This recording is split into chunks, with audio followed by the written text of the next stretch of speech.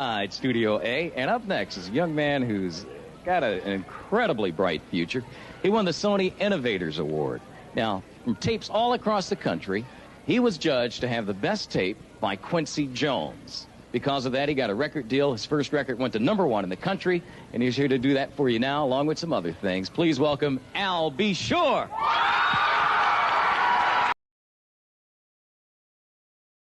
And so we had to go to Teddy's house for our first session to do the demos. Wow. Yeah, we went to his house. Did you guys already come up with the songs and the music, or how did it work when it comes to creating like Off on Our Own, A Night and Day, and Rescue Me? Did you and Al write them together, or he? Yes.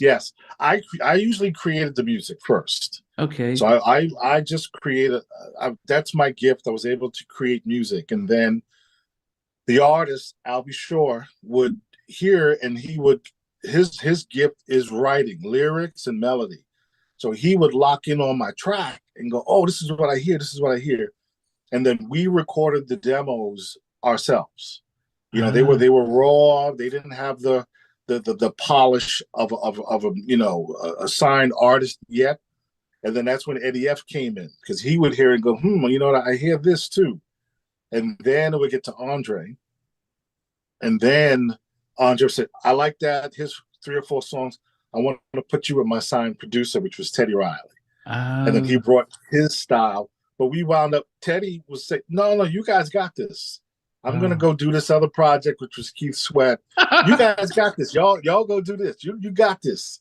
So I always have love for Teddy, because he knew. He said, no, you don't need me. Y'all go do this. I'm going to go do that. So that's how it usually worked. But the demo stage, myself and Al B. Sure, we took care of that.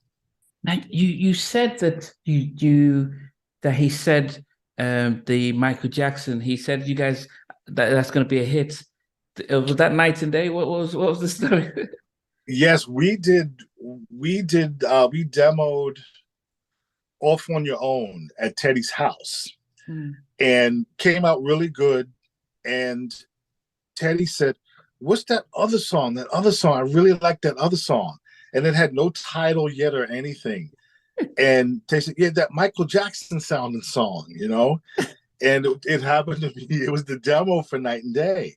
It didn't have a title yet or anything, but he heard the vibe of it and was like, I can hear Michael Jackson. This was like the Thriller days, Wow. And he said he already knew it wasn't produced yet. It was so raw. But he said, the direction you guys got, that's a Michael Jackson song.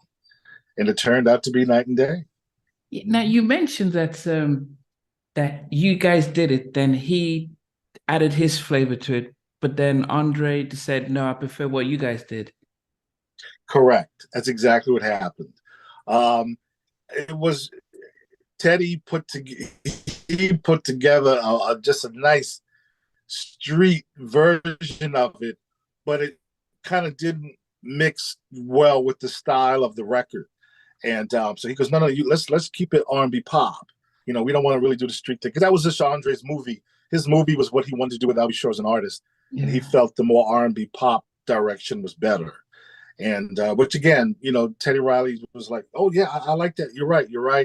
I got to go do this other project anyway. You guys got this, So yeah, that was Andre's vision, to go in that other direction. What happened to the Teddy's version? Wow. You know what? I don't know. I would love to, if anyone ever had it, maybe he still has it. I have no idea, but it was great. It was a great version. How come they didn't use it as a remix or a B-side or something like that? They didn't do stuff like that then? You know what? No, you're so right. Hopefully one of the studios here in New York City's got to have the master tape to that, because it was totally different. It was a whole different direction that was very, very effective. It was the genius of Teddy Riley on it. It was great.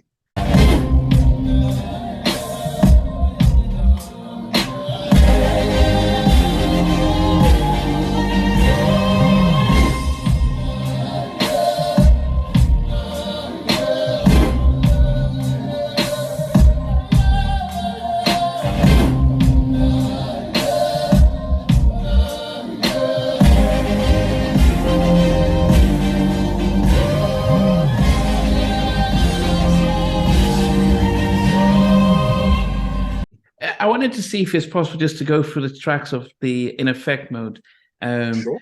because the first track on the album, Night and Day, was and that was the one that Teddy said the Michael Jackson track. Yes. Yes. How did that particular song come about? I had the track one night. Can't tell you why.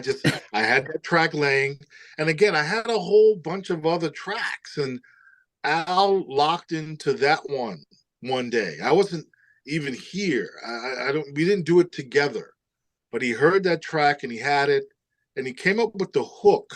From what I remember, he had the hook first, before the verses, before anything. And I don't know when he made it. I don't know when he recorded the demo. But by the time we met Teddy, maybe two months later, Teddy already heard it. And I'm like, I never heard it, put the vocals on it. So it was that's how it came about. And then everyone felt really special about this record. Our first two demos that we had were Off on Your Own and Night and Day. So everyone heard Off on Your Own, and because it was more fast and dancey. But I was surprised that people were even able to understand what Night and Day was going to be before we did it. But a lot of people said, that's the record, that's the style, that's the I'll Be Sure sound. And they were right. They were right. So just for those of us who aren't music producers and stuff, when you said you had the track, what did you mean by that? Did you already have the soul Night and Day song but just no lyrics, or what was it that?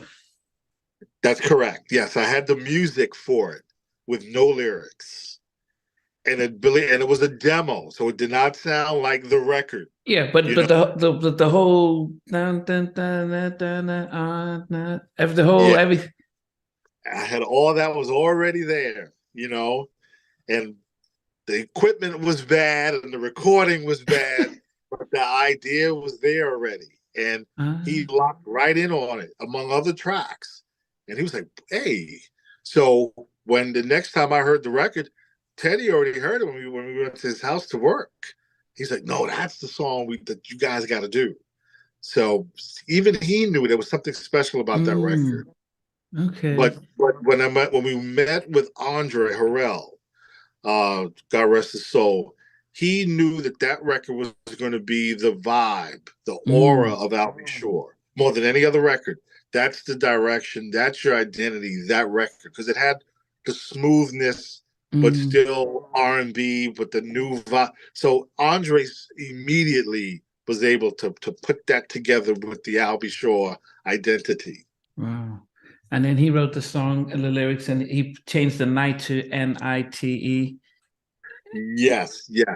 Once, this was the good thing. When, we demoed at my parents' house. We did all our demos at my parents' house. But when we went into the studio, that's a pressure. I think a lot of producers would tell you that once you get into the studio, it's another level of pressure.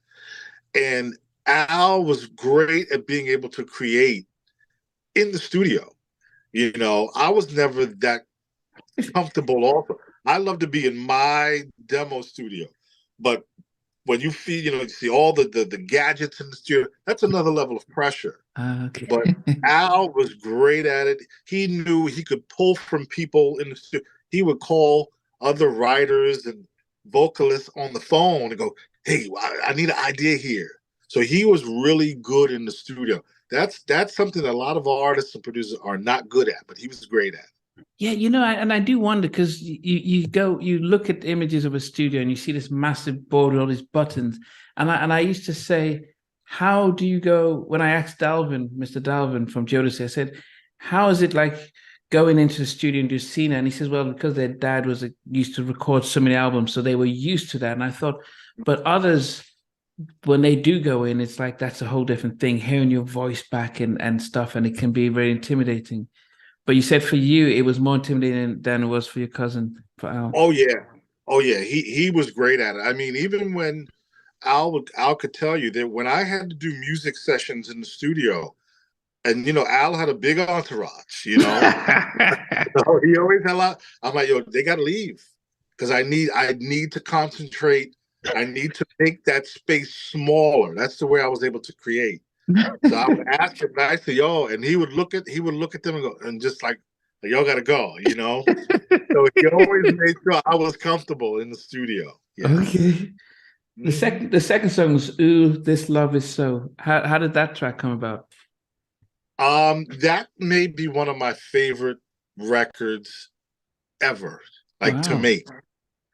We were actually mixing night and day.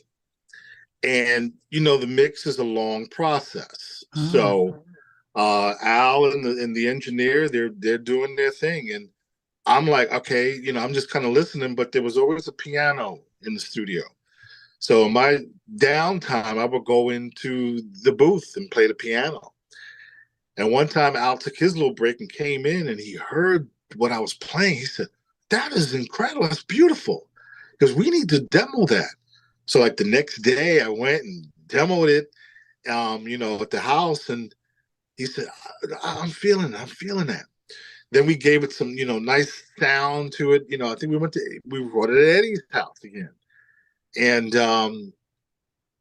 I left early. I did the music and I left. And late, it had to be like 4 o'clock in the morning. He comes knocking, him and Eddie come knocking on my door. Like, listen to this. And he created this incredible vocal, just incredible. His vibe, his lyrics, his melody, he nailed it. And then we brought in other background singers. He envisioned the whole song, wow. you know, and that to me is still my favorite record to make because Wow. the steam just kept picking up on that record, and we got it done really quick.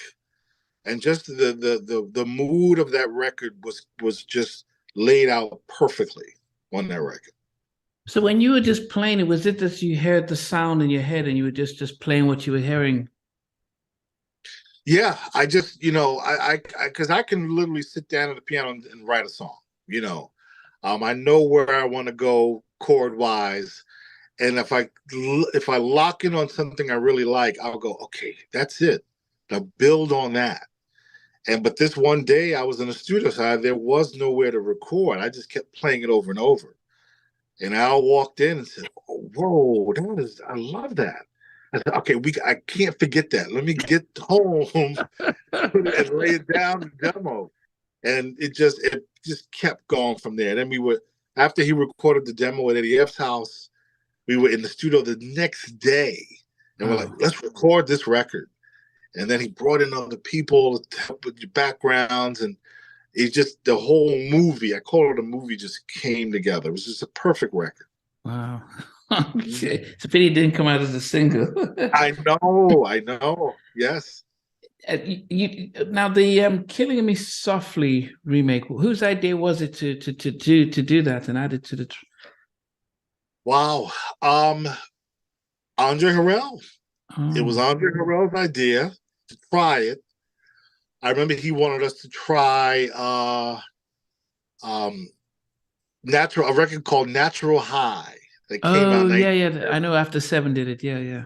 Yeah, he wanted us to try that first, and then he brought up the idea. Let's try, Killing Me Softly. And I remember going to Roberta Flack's house to ask for permission. It was What? me, it was myself, Andre, and Al. And she wanted to make sure this wasn't like a clearance. It was like, you got to come to my house and meet me first But to she didn't get write it. permission. But you know what? But she was the one that obviously made it famous. And yeah, we had to like get permission, to Okay. bless it. Oh, the Because blessing. Al was brand new. It was like, who's this guy? Okay. And Andre, he talked his talk and made everybody feel comfortable. Then when we demoed it, and it was not easy to demo for some reason. And then that record, Al did the drums, and he had the drums going all over the place. And I'm like, what the heck is this? And when we got it in the studio, and the drums, the crazy drums, that represents 1988. That track, those drums represented what was going on better than anything else. And then I just pretty much played the song over the top, and added some little instruments here. And then again, he nailed it with his performance. And again, the record came together real quick again. So there was no hesitation for you guys to do a cover. Did you just wanted to just to say, let's just do our own stuff? Or was it stuff that you just felt Andre said that you need at least to have a recognizable song on the album? Yes, he did. Andre wanted us to, he would always ask us, what would be your idea to do one? Saying was that Andre taught us that remakes should be reinventing a song to another market. Okay. So he felt that if this is an R&B young boy, Killing Me Softly, which was a pop record, reinvent that, repackage it for another market, for a young R&B market. So that's what felt that, that's a great idea. Then that would be the perfect record. Okay. And make it yourself, and that's what we did. Okay. Yeah. No. It was different, and I don't think I'd heard the original until after that. So, and I guess that's the thing that you normally get is the newer generation not being familiar with the original. It's like I didn't when Shante Savage did "I Will Survive." I had no idea it was the same Gloria Gaynor one because it was so different that I had no idea it was the same song. I'll Be Sure was like the only thing I can compare it to right now is Bieber, like how the phenomenon, how the women, how just wherever you went, it was like hysteria. It's like I'd never seen anything like it. He couldn't go anywhere, like literally fans like screaming, fainting, throwing their panties, whatever, stopping traffic. It didn't matter what it was, but he was just a phenomenon. I haven't seen another male have that kind of impact on the ladies yet. Did you guys realize outside of the US how big that In Effect mode was, especially as a debut album?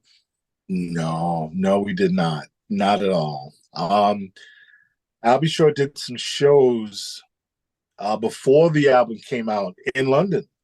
And, it was interestingly enough in London. And he got a very warm reception. But then everything was more domestic. Everything was more, all the shows were here in America. And then we went to Japan a few times. And the appreciation for I'll Be Sure in Japan blew us away, So that was the first time we knew, wow, what we're doing, that we're just making for ourselves, the entire world is appreciating. Yeah. But how is it like then, going from the fact that you're in a small suburb of Mount Vernon, coming from college, and within 6 months you become on Right On, Black Beach, charting, signed to Warner Brothers, Quincy Jones. How does one just get over the sudden? I know Alpha Al is different because he was the front man, but you're part of that front. So how was that for yourself, just seeing? Right. It was I don't think it took me years to really know that my music was now across the world. Still there? Oh, so it happened. Yes. I was like, wow. So I did ask, how was the transition from, because one thing to get signed and get Andre's sort of blessing, but the global sort of just being there, because I don't know, most of us will not know what it's like being part of a sensation, stuff like that. Now it was looking back, it was amazing because now everybody knew my name. I didn't tell everybody my name, but this industry now opened up, and these records, now everyone knew who I was. They didn't know what I looked like, and I didn't appreciate that for years. It was like, this is amazing, and to see this this industry, which is a tough industry, open up to me so quickly and so young. Being respected for what I did at 21, 22 years old, it was amazing. It really was. Hey guys, thanks for watching. Thanks for being part of the Halftime Chat community. Please remember to like, share, and subscribe. But most importantly, why don't you consider being a member? That's a way of supporting the channel, but also getting a lot of videos ahead of time, a lot of behind the scenes stuff, and some exclusive content that doesn't get shared. But anyway, thanks for watching, and thanks for being part of Halftime Chat. Sweet